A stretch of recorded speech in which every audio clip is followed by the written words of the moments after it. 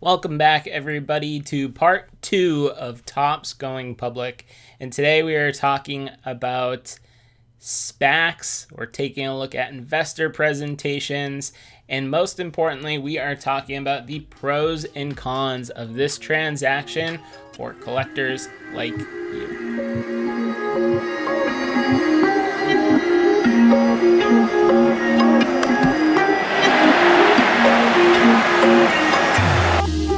Hi everyone, I'm Cardi-C, and thank you for stopping by the channel. Here we explore ways to grow your sports card collection and potentially make some money along the way by gaining a deeper understanding of the hobby. So if you enjoyed today's video, make sure to leave a thumbs up, subscribe for future content, and hit that notification bell to get alerts every time I release a new video. If you haven't had a chance to already, I highly suggest you check out part 1 of this video. I'll include a link in the card below to it where we set the table for the transaction. But if you're short on time, the TLDR is that Topps is going public through a merger, a SPAC merger with a company established by Mudrick Capital Partners in a transaction to bring the company public at a $1.3 billion valuation. And because Mudrick Capital Partners established this company, which is called the Mudrick Capital Acquisition Corp. 2, it's already a public company. It's listed on the NASDAQ and they have filings with the SEC. And because they have those filings with the SEC, we're able to take an inside peek into what has been going on in terms of negotiations, where their head is at from a valuation standpoint, and where they see the future of the company going. And this is all vitally important to us collectors who are trying to get an inside look at what an iconic hobby company such as Topps has in mind. So let's take a look at MUDs on SEC.gov. All right, so for those of you who aren't familiar with the SEC website, you just type in sec.gov, and there's a little button up here, a link that says company filings. We'll click on that, and there's a quick lookup for the symbol right here, MUDs, Mudrick Capital Acquisition Corp. 2. So we click on that, and it brings us to all of their public filings. So this is the first thing that's different through a SPAC transaction versus a traditional IPO process. If Topps wanted to go public through a traditional IPO, what they would have to do is file an S1, and they would need to file that S1 first. I think it's privately with the SEC, and then the SEC has a period of time where they have to review the contents of the S1. That S1 is then taken on a roadshow to attract investors who will bulk buy into the IPO price. It gets a lot more nuanced than that, and there's a lot more information than just a private S1 filing before you can go public. But the too long didn't read version is that there's a lengthy process between when a private company says we want to go public and when they're actually able to through a traditional IPO. Through a SPAC merger, what happens is a company like MUDs is established for the sole purpose of going out and buying or merging with a private company to take that private company public. Usually the way the deal is structured, or this company is structured, is that the sponsor of the company, in this case, Mudrick Capital Partners, receives a promote when that target company is acquired and the deal goes through.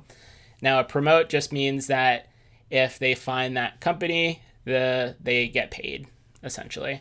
In this situation, though, Mudrick is foregoing their promote, and they're looking to capture some additional equity in the company. That is important because it speaks to Mudrick's confidence in the valuation. A lot of times, these SPACs get a bad deal, a bad name in the capital market space because they're sponsors that are just trying to pump up a valuation, get the highest promote, the highest fee they can, take it public, and they don't really care about investors on the back end. This looks like it is shaping up to be a pretty above board SPAC, and it's just Tops is a company that's interested in going public quickly.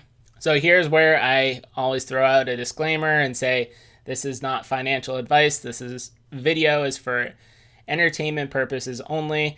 If you're interested in buying shares of MUDs, I implore you to speak with your financial advisor or do your own research to corroborate anything I say in this video. So without further ado, let's take a look at some of their filings.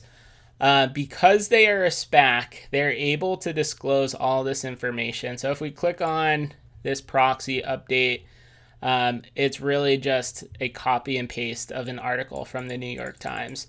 Again, this is a big difference from the traditional IPO process. They would never be able to post something like this in the early stages of an IPO. But what we are interested in is this 8K that was filed on April 6th. So this 8K was filed. There's a bunch of legal information in here about the transaction, different agreements that were signed, the merger agreement, subscription agreement, sponsor agreement. All the stuff in here is really just legal mechanics to make this merger happen. But if you scroll down to the bottom, there's actually some really interesting information in here. And the first of which we're going to spend the bulk of today's video on, it is the investor presentation of Mudrick Capital Acquisition Corporation 2, dated April 2021. Now, this investor presentation is essentially Tops's presentation to MUDs saying, hey, this is the value that we see in our company. And here's why we're worth $1.3 billion. And you should pay that to sort of take us aboard. So again, you guys probably recognize these names, Michael Eisner and Jason Mudrick. I talked about them in the first part of this video. They break down the transaction summary, just some additional information on the Tornate Company, which is the private equity that Michael Eisner runs, and then Mudrick Capital. We'll skip over this. This is just some detail over the valuation of the company. They have an EBITDA multiple of 12.5 to arrive at a total enterprise value of $1.3 billion right here. And then over here, you'll see some sources of equity that will be used in the transaction to take the company public. Now, part 2 is really where it starts to get interesting. The business overview and growth strategy. And if you're anything like me, you might have forgotten that Tops produces trading cards, but they're also a confectionery company. We all know Tops' roots as a Tops gum manufacturer, but confection is still 35% of their business. Ring Pop, Bazooka, Push Pop, Bottle Pop, Juicy Drop made 35% of their business in 2020.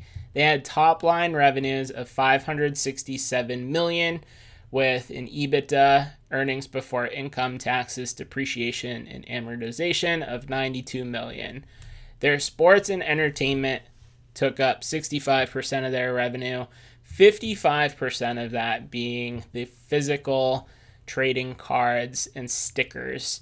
That's important because if you've listened to the tone and the shift that the company is trying to make to more of a digital offering, there's still a very large discrepancy between their physical and digital revenues, and I don't see that shifting overnight. And then we get down into the first group of trading cards, and right off the bat you see their offerings and their licensing agreements going all the way back to 1951 with Major League Baseball, and then more recently with Formula One and the UEFA Euro Germany League. They do point out that they're proud of their diversification in product offerings. Maybe that's Topps Tribute, $50 a pack. But then they also point to their diversity in distribution channels. Retail, 25%, e-commerce, 30%, hobby, 45%, which is important to note. And then they give some homage to the kids. We got to leave some retail for the kids in Walmart, right? And then they jump directly into growing through e-commerce. So unless you were living under a rock, you probably heard about Topps Project 2020. That was a major reason for the jump in the e-commerce delivery channel from 5 million back in 2015 to 92 million in fiscal year 2020. So the Topps Project 2020 you saw reincarnated as Topps Project 70. You see exclusive pack products, influencer collaborations. Topps Living Set isn't going anywhere anytime soon.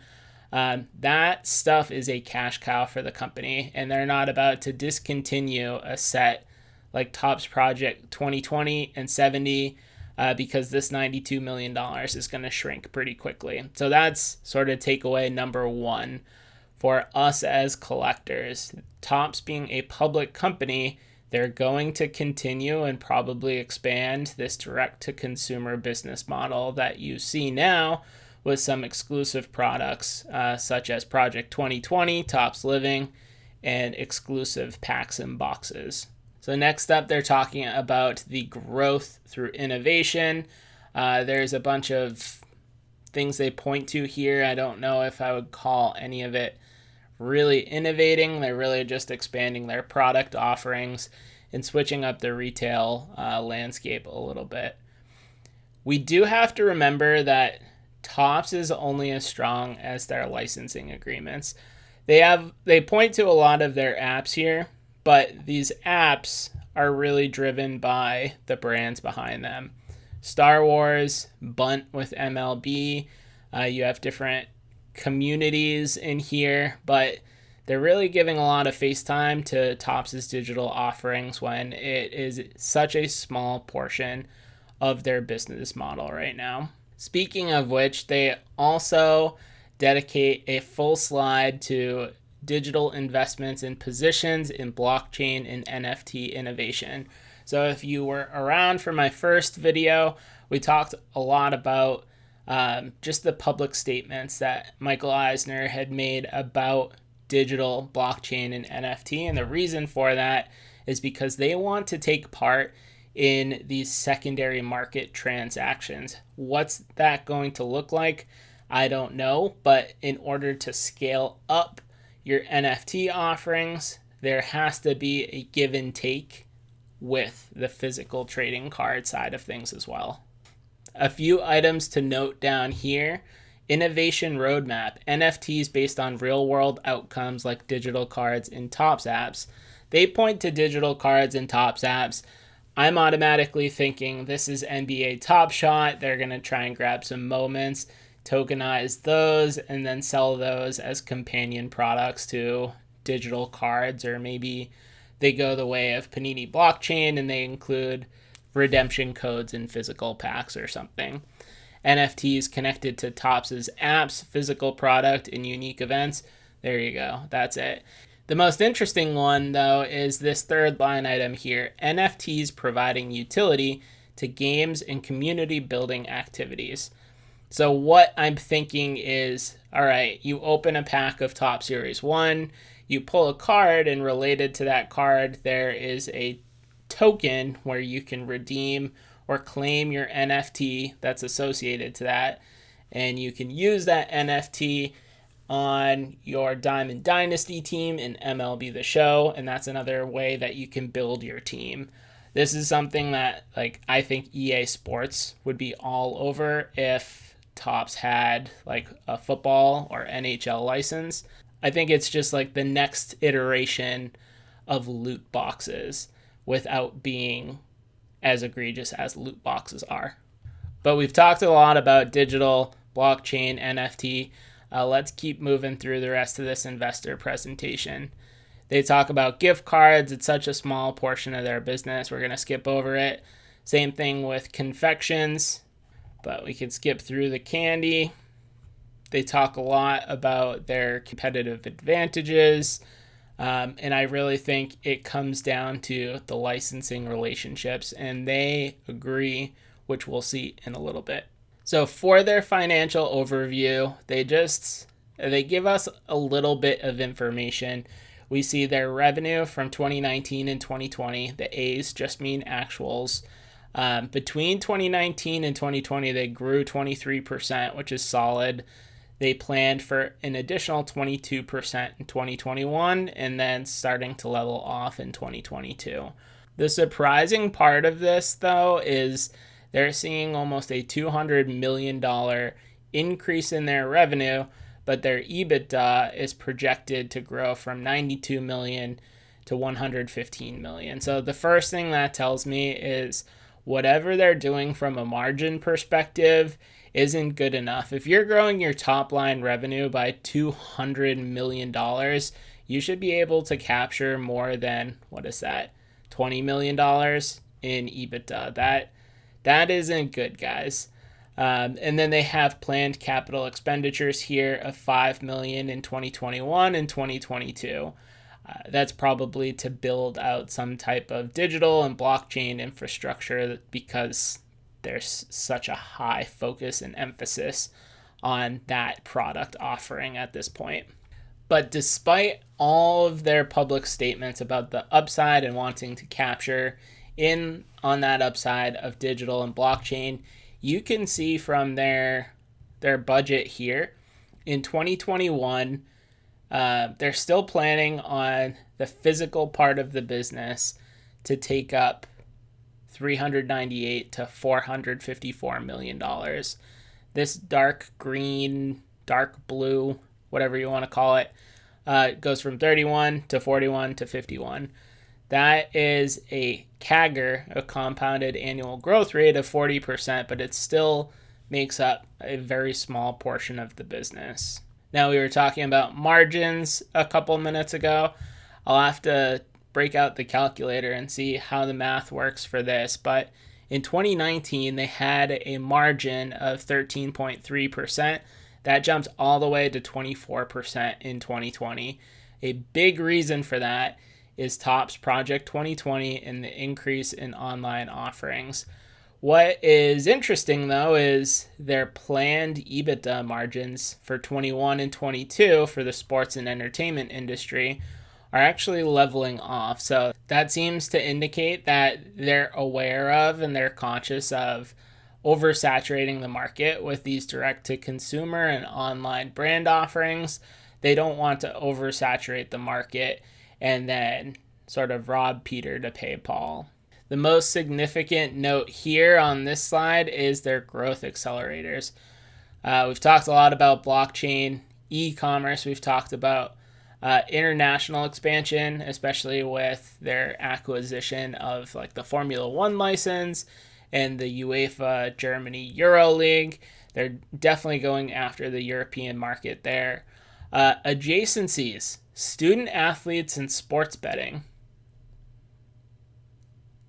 Interesting. I don't know how you would monetize that. Maybe Topps is thinking about going after like exclusive licensing deals with major college athletes, and maybe there's some sort of partnership that's built with sports betting. That would be a very careful balance they'd need to strike between sort of Topps as this kid-friendly brand with sports betting. Of course, neither of these are legalized on a U.S. National scale so far, so I think that's why they have them booted over into this adjacencies category. But looking at licenses, Euro 2024 and 2028, esports, and then new partners. So a big portion of Topps' valuation is driven by these exclusive licensing deals. This doesn't necessarily mean NFL, NBA, or their players associations. It could mean like, oh, they're going to strike a deal with Minecraft or something. I don't even know who has a Minecraft deal, but that might be more in line with what they're expecting. Now for the moment you've all been waiting for, the pros and cons of Topps becoming a public company. So to start it off, a big pro is the increased transparency in what information they're giving to the public. As a public company, you're required to report quarterly information and release 8Ks anytime you have sort of a significant event in the company. And that information is super, super valuable to any collector out there trying to gain some insight into what is going on with Topps, what are they planning on releasing next, and how can I better prepare myself as a collector, whether that's budgeting or collecting to get ready for what's ahead. So I'd say that's pro number one. Pro number two is I think there's a higher likelihood that Topps goes out and acquires another license for a major sport. So that is basketball, football, hockey. They already have a license with the NHL for stickers. I wouldn't put it past them to go try and get a Players Association license so they could produce non-licensed products, sort of like what Panini's doing with baseball cards. There's so much pressure there for them to generate growth. And I think through this valuation process, they saw that they rely heavily on their partnership with Topps and their license with Topps. And it just makes them vulnerable. I'm not saying anything's going to happen with their license with Topps. They're shored up with the MLB through 2025, but it's better to have more of a diverse IP and licensing agreement inventory in case something did happen with one of those sports or one of those licenses. So I think there's going to be a lot of pressure on Topps to go out and acquire one of those major 4 sports licenses. And then number 3, some of you are not going to agree with me on this, but I think there are going to be more direct to consumer options, so that you're going to see a shift in that channel mix. You're going to see retail shrink, you're going to see hobby shrink, and you're going to see that e-commerce expand. Now, what that probably means is retail blaster boxes are going to be available on Topps.com for $35 to $40 a piece, rather than constantly sold out at Walmart and Target at a $20 price point. With them being a public company, the directive is to make as much money as possible for the shareholders and return that money to them as quickly as possible. And a way to do that is to double down on high margin businesses and e-commerce, direct to consumer. You cut out the distributors. That's the way they're going to do it. They're going to invest in digital and blockchain, but as we saw, $10 million a year, it's a drop in the bucket for a company as big as Topps is. So I gave you 3 pros. Let's talk about a couple of the cons. Topps is going to be under absurd pressure to print more product and issue or deliver additional product offerings. So if Topps is out with 35 products a year, you might see that number bumped up to 38 or 40. There's just, when you're a public company, there's so much pressure to deliver returns to shareholders consistently on a quarterly basis because you need to maintain and prop up that stock price on behalf of your investors. You can't really take a quarter off to reinvest and double down in other areas of the business. Now, this doesn't necessarily fall into the con bucket, but chalk it up to let's evaluate later. I'm not convinced that Topps is going to be able to roll out blockchain, NFTs, and digital cards efficiently. The front end of their platform is sort of gross looking for Garbage Pail Kids and Kong versus Godzilla. I don't know how many traditional analog card collectors they're going to be able to convert over to a digital space. I think they're banking on laying the seeds, planting the seeds in the nostalgia of the kids today. Kids that are on their phone 24/7, who are playing Fortnite and Minecraft, but they might also have like a Topps bunt on their phone, and they could be collecting cards on the digital app.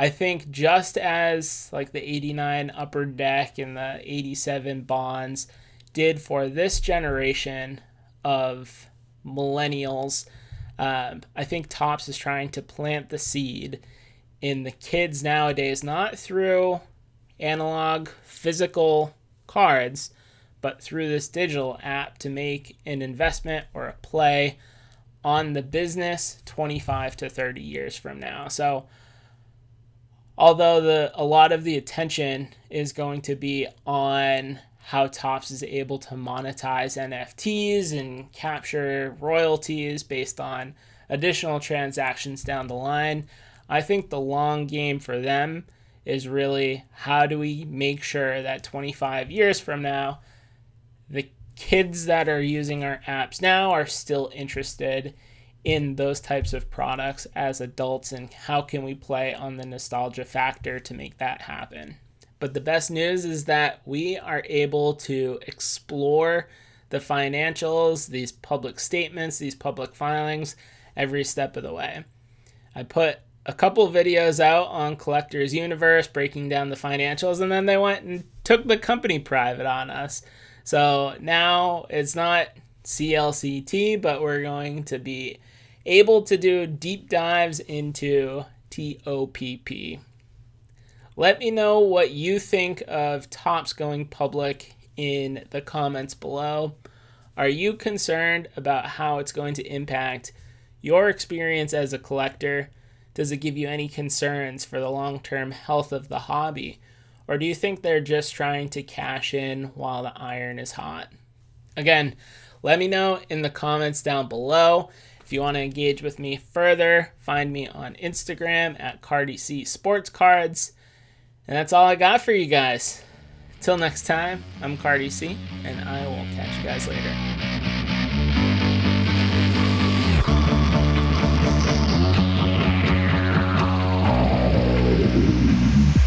Don't wanna